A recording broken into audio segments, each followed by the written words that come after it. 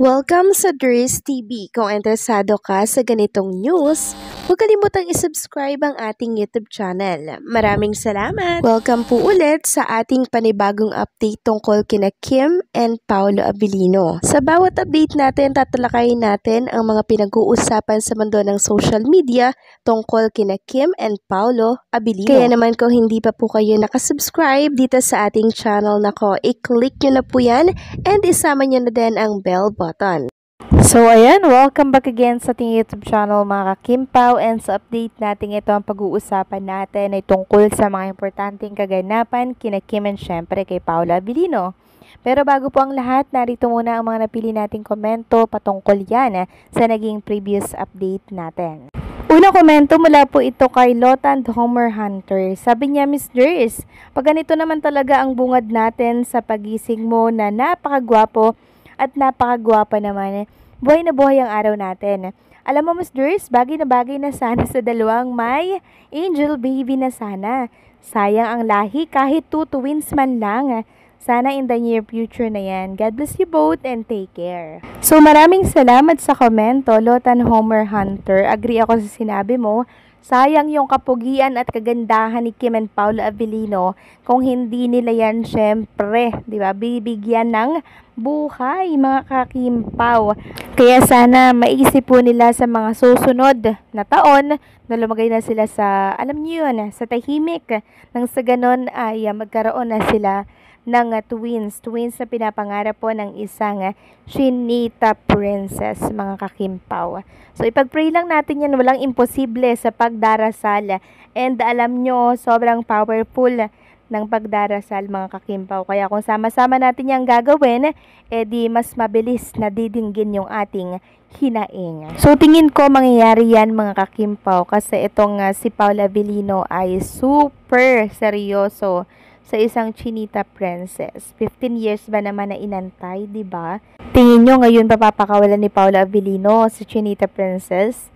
Never na yan mga ka-Kimpaw. Baka nga nagpaplano na po sila ng magiging kasalan nila in the near future, di ba?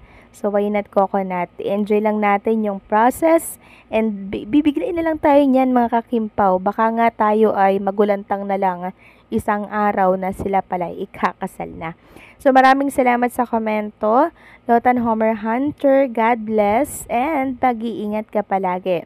At ang pangalawang komento naman ay mula po dito kay Rose Ann Fagio. Sabi niya, yes, Miss Dries, naniniwala ako kay Sir Ray Pumaloy. Legit ang source niya at isa siya sa veteranang reporter at kolumnista sa bansa. Di niya itataya ang buhay, pangalan kung di totoo ang sinasabi niya. Star Talk pa noon sa GMA7 kasama si Joey De Leon at Lolit Solis, reporter na siya doon. Maraming salamat sa komento, Rose Ann Pagio. So, tama ka dyan, ano? Hindi itataya na Ray Pumalo yung kanyang sarili, 'di ba? Kung hindi legit yung sinasabi niya. Kaya nga nung narinig ko yung sinabi niya na itong si Kim Chiu ay pinaghahanda si Paolo Abilino ng mga food kahit na merong alalay si Paolo Abilino, si Kim Chiu daw po talaga nagbo-volunteer na ako na yung gagawa niyan.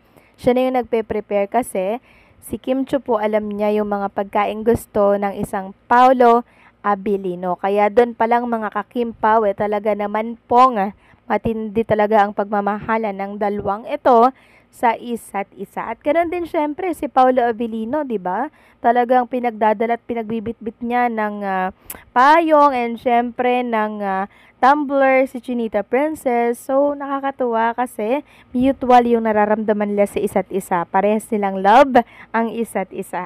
So kahapon pala mga ka-Kimpaw, araw po ng Sunday, para nga pahinga po pala si Kim and Paolo Abilino. At katunayan po niyan, etong si Ate Hides ay nagpunta ata sa isang church dito po sa Cebu, sa Basilica Menor del Santo Niño Church, Cebu City. So kasama daw etong sila Mama Jet at ibang mga makeup artists. At nawawala nga si Kim and Paolo Abilino, hinahanap po nila kung nasaan daw si Kim and Paolo. Sabi nga ng isang netizen dito, magkasama sila Mama Jet at ibang mga makeup artists.